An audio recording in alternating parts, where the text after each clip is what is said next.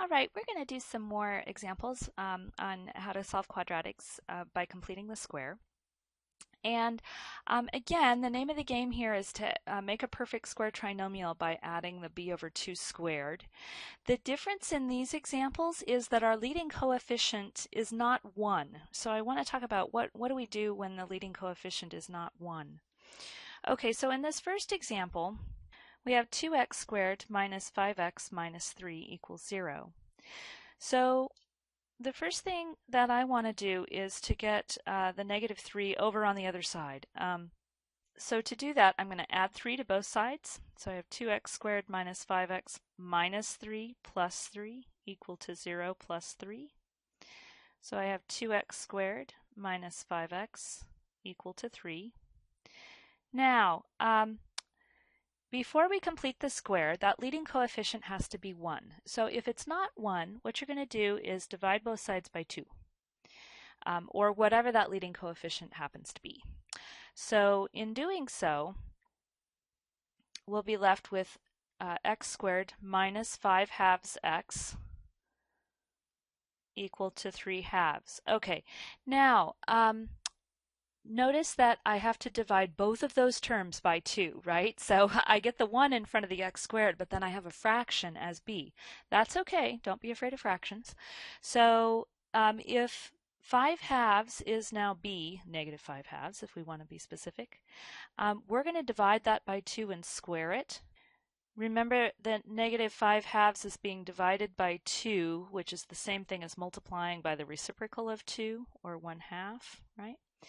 And what will that give us? So we really have negative 5/4 squared, which is really 25 over 16. Okay, all right, so that's what we're going to add to both sides. We have x squared minus 5 halves x plus 25 over 16 equal to 3 halves plus 25 over 16. Okay, so now to factor this, I'm subtracting the middle term, right? So I'm going to have x minus, and then what's the square root of 25 over 16? Well, it's 5/4, right? And we got to get a common denominator here, so multiply 3 over 2 by 8 over 8, right? That'll give us 24 over 16 plus 25 over 16. Oh, this is going to be convenient. Look at this.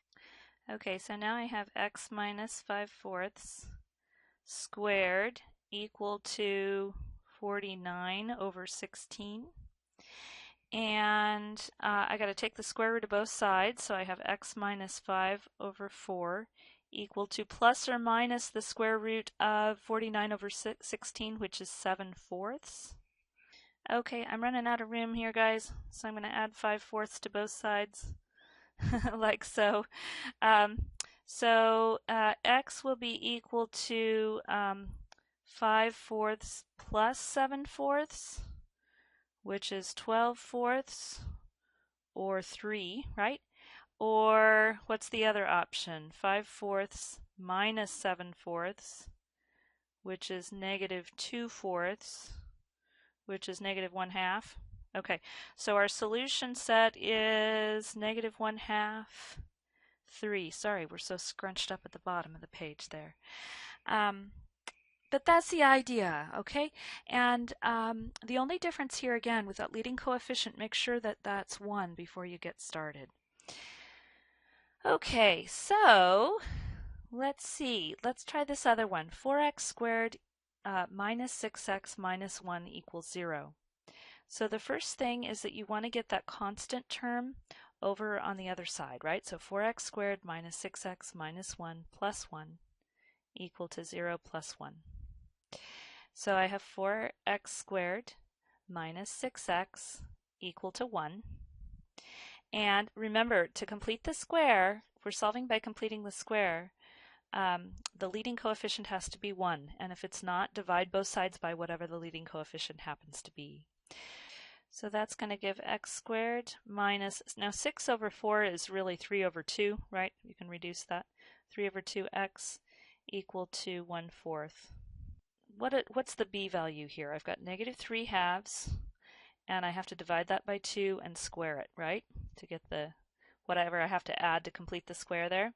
So that's negative 3 halves times 1 half, right? So negative 3/4 squared, what is that? 9/16. Okay, so that's what I'm adding to both sides. So I'll have x squared minus 3 halves x plus 9/16 equal to 1/4 plus 9/16. Okay, so now the left-hand side factors, right? X minus 3/4 quantity squared equal to, get a common denominator here, so 1/4 is equivalent to 4/16 plus 9/16.